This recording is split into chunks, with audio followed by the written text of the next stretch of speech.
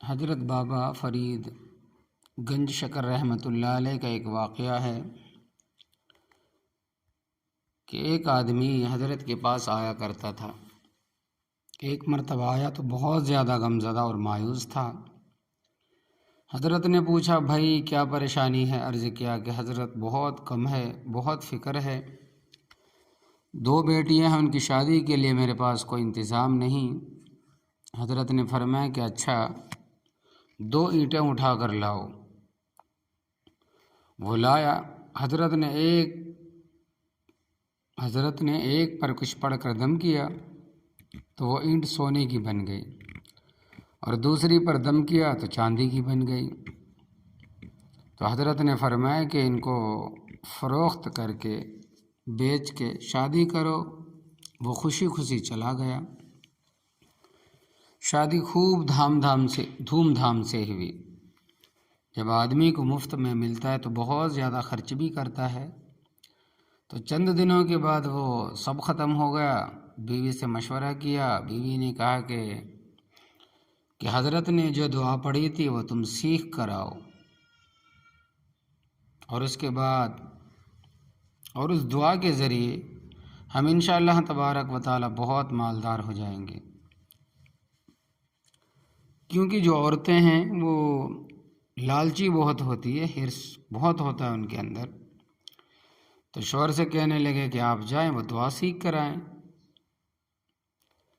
تو فرماتے ہیں کہ ان کے جو شوہر صاحب ہے وہ گئے، حضرت کے پاس آئے تو حضرت سمجھ گئے۔ سلام کے بعد ادھر ادھر کی باتیں کی۔ اس کے بعد عرض کیا کہ حضرت وہ دعا سکھاتے ہیں جو آپ نے اس دن اینٹ پر پڑھی تھی۔ تو حضرت نے ہنس کر فرمایا کہ بھائی ہم نے اس پر تو سورہ فاتحہ پڑھ کر دم کیا تھا۔ اللہ تبارک و تعالیٰ نے اپنے رحم و کرم سے ایک کو سونا اور دوسرے کو چاندی بنا دیا تھا۔ اس کو یقین نہیں آیا، کہا وہی سورہ فاتحہ جو قرآن کریم کے شروع میں ہے۔ تو حضرت خواجہ صاحب فرماتے کہ ہاں بھائی وہی تو ہے۔ عرض کیا کتنی بار پڑھی تھی؟ فرمایا کہ میں نے تو ایک ہی بار پڑھی تھی، تم 3 بار پڑھ لینا۔ اس کو نسخہ مل گیا، چونکہ بے قراری تو پہلے سے تھی۔ فوراً سلام کر کے چل دیا۔ گھر میں آیا، بیوی سے کہا کہ سارا گھر صاف کرو۔ تمام گھر کا آنگن پاک صاف کیا، جتنی پرانے اینٹیں تھیں سب دھوئی، سب کو ایک جگہ جمع کروا، سب کو دھوئی، سب کو ایک جگہ جمع کر دیا۔ اس نے سورہ فاتحہ 1 بار پڑھی، 2 بار، 3 بار، 7 بار پڑھی، مگر پھونک مارنے کے بعد کچھ بھی اثر نہ ہوا۔ سوچا کہ حضرت نے دعا جو ہے وہ اصلی والی نہیں بتائی۔ تو پھر حضرت کے پاس پھر آئے، حضرت سمجھ گئے، فرمائے بھائی کیا بات؟ عرض کیا کہ حضرت 100 بار پڑھ کر دم کیا تب بھی کچھ نہیں ہوا۔ حضرت نے فرمایا کہ سورہ فاتحہ بھی وہی ہے جو فرید رحمۃ اللہ علیہ نے پڑھی تھی، اور اینٹ بھی وہی ہے، لیکن میرے دوست فرید کی زبان کہاں سے لائے گا؟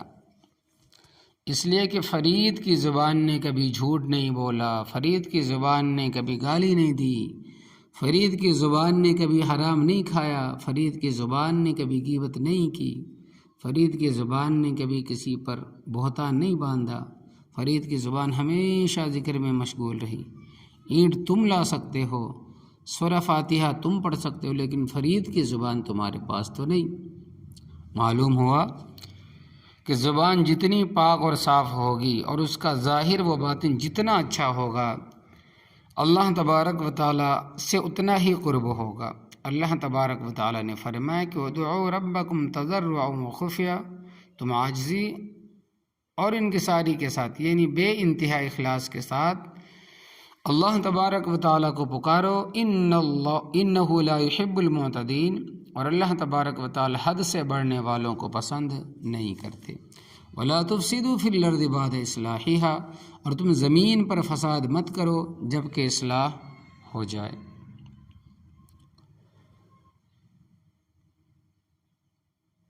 اسی طرح فرماتے ہیں کہ سلطان ناصر الدین ایک مرتبہ سلطان غیاث الدین بلبن، جس کا نام الف خان تھا، ساتھ اوچھ اور ملتان کی طرف گیا۔ جب پاک پتن میں پہنچا تو الف خان کے ہاتھ حضرت بابا فرید الدین گنج شکر کے پاس کچھ زر نقد فرمان معافی جاگیر عطیہ بھیجا اور زبانی یہ پیغام دیا کہ جو کچھ حاضر کیا جاتا ہے وہ آپ کے لیے نہیں بلکہ آپ کے متعلقین اور مسافروں کے لیے ہے جو اکثر آپ کے پاس فیض حاصل کرنے کے لیے آتے رہتے ہیں۔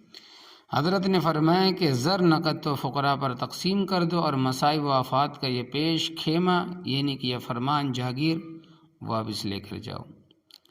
کیا استغنا تھا کہ کیا بے غرضی تھی؟ جو کام کرتے تھے خلوص کے ساتھ کرتے تھے، نہ ستائش کی پرواہ تھی نہ صلہ کی تمنا تھی۔